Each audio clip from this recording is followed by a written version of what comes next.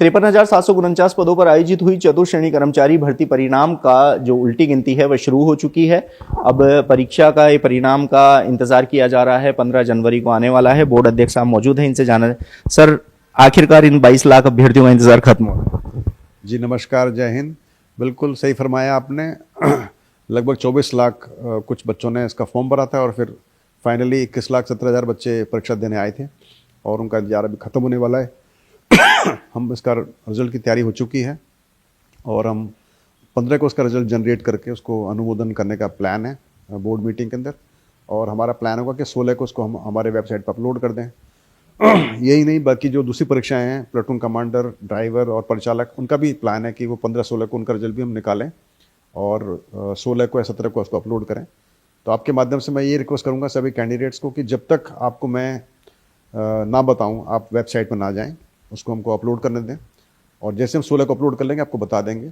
उसके पहले मेरा प्रयास होगा कि 15 को मैं कट ऑफ तो जारी कर दूं अपने एक्स के माध्यम से या और दूसरी किसी माध्यम से, ताकि आपको पता पड़ जाए कि उसकी कट ऑफ कितनी है। सर, एमबीसी पदों के वर्गीकरण को सही किया गया है, युवाओं की एक बहुत बड़ी मांग है जो पूरी हुई है, क्या कुछ बदलाव हुआ है? ऐसे मुझे फिगर्स तो याद नहीं होंगे कि कितना बदलाव हुआ, लेकिन मेरे पास एक डेलीगेशन आया था एमबीसी वर्ग का और उन्होंने रिक्वेस्ट की थी कि इसको दोबारा देखा जाए। तो चूँकि जो पदों का वर्गीकरण संबंधित विभाग ही करते हैं, तो हमने उसको उस पूरे जो उनका जो डेलीगेशन का जो रिक्वेस्ट था हमने भिजवा दिया था विभाग को और फिर उन्होंने उसके ऊपर मंथन करके उसका जो भी चेंज किया है, पर एग्जैक्ट डिटेल्स मुझे मालूम याद नहीं है। और वो हमने पूरी की पब्लिश की हुई है, ये कल हमने उसको छाप दिया था। तो मुझे लगता है कि आप यदि वेबसाइट पर देखेंगे आपको मिल जाएगा। पदों की वृद्धि की मांग अभी भी लगातार जोर पकड़ रही है, युवाओं ने फिर से आंदोलन का भी ऐलान कर दिया है। एक आखिरी मैसेज उनको कि पदों को लेकर क्या है? नहीं, पदों का अभी कोई वृद्धि का पहले भी मुझे पता नहीं था कोई पद वृद्धि होने वाली थी और अभी भी कोई ऐसा मेरे को सूचना नहीं है और कोई संभावना भी नहीं, क्योंकि रिजल्ट ऑलमोस्ट बन चुका है। बस खाली उसको फाइनल बस क्लिक दबा के निकालना है और वो रिजल्ट निकला है जो कि अभी इस समय की स्थिति है पदों की। यानी कुछ चेंज हुआ है वर्गीकरण, जो तो एमबीसी पदों को और एक शायद पद आरपीसी का बढ़ा है। उसके आधार पर जो हमारे रिजल्ट निकलने वाला है उसके आधार पर रिजल्ट निकलेगा और अभी इसके अलावा कोई पदवृद्धि की मुझे सूचना नहीं है। एक आपने अभ्यर्थी लगातार आपसे पूछ रहे हैं नॉर्मलाइजेशन को लेके, शिफ्ट वाइज होगी या पूरी एक साथ होगी, कट ऑफ को लेकर भी आप लगातार जवाब दे रहे हैं। एक बार आप बता देंगे कि किस तरीके से परिणाम आएगा, शिफ्टों के आधार पर कट ऑफ और नॉर्मलाइजेशन किस तरीके से? देखिए, जब भी परीक्षा अलग अलग पारी में होती है तो नॉर्मलाइजेशन करना एक आवश्यकता होती है। अपन सिर्फ 6 पारी की बात कर रहे हैं। मैं देख रहा हूँ कि जो दूसरी संस्थाएं हैं जैसे IBPS है, NTA है, SSC है, ये परीक्षाओं को 20-20 पारियों में, 30-30 पारियों में कराते हैं और फिर नॉर्मलाइजेशन करते हैं। हम तो सिर्फ 6 पारी में इसका नॉर्मलाइजेशन करा रहे हैं चतुर्थ परीक्षा का। तो एक हम इक्विपर्सेंटाइल फार्मूला यूज़ करेंगे। इसके पहले हम Z फार्मूला इस्तेमाल करते हैं, जो कि हमने पशु परिचर में इस्तेमाल किया था, जो कि मीन बेस्ड फार्मूला था। फिर उसके बाद हमने देखा कि उसका जो परिणाम निकला था पशु परिचर में वो बिल्कुल दुरुस्त नहीं आया था, उसमें कुछ खामियां नजर आई थी।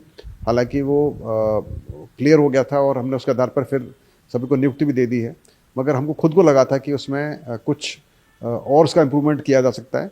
और इसी वजह से फिर हमने जो SSC द्वारा अपनाया गया फार्मूला है, इक्विपर्सेंटाइल स्टाफ सिलेक्शन कमीशन द्वारा, फिर हमने उसको अपनाया और उसके आधार पर फिर हमने जेल प्रहरी और पटवारी परीक्षाओं का जो नॉर्मलाइजेशन किया, जो दोनों परीक्षाएं 2-2 पारियां हुई थी और उसका रिजल्ट अच्छा निकला।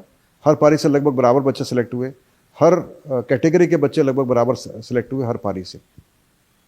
यानी कि मान लो SC कैटेगरी के बच्चे फर्स्ट शिफ्ट जितने थे उतने ही बच्चे फिर सेकंड शिफ्ट से सेलेक्ट हुए और इसी माफिक हम इस फार्मूले का इस्तेमाल करेंगे चतुर्श्रेणी परीक्षा में।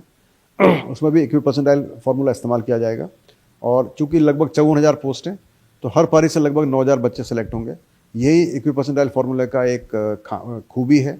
और यही नहीं, हर पारी से लगभग बराबर SC कैटेगरी के बच्चे, बराबर SC ST कैटेगरी के बच्चे, बराबर EWS बच्चे, बराबर जनरल कैटेगरी के बच्चे, लगभग बराबर बच्चे सेलेक्ट होंगे। जब मैं बोलता हूँ बराबर, इसका मतलब है कि अटेंडेंस के अनुसार, जिस पारी में जितनी अटेंडेंस है उसके प्रोपोर्शनेट, उसके संतुलन के आधार पर फिर बच्चे सेलेक्ट होते हैं और तो उस हिसाब से सिलेक्शन होगा। और मैंने ऑलरेडी चेक कर लिया है, वो सिलेक्शन उसी माफिक हो रहा है, तो उसमें बिल्कुल परेशानी की जरूरत नहीं है।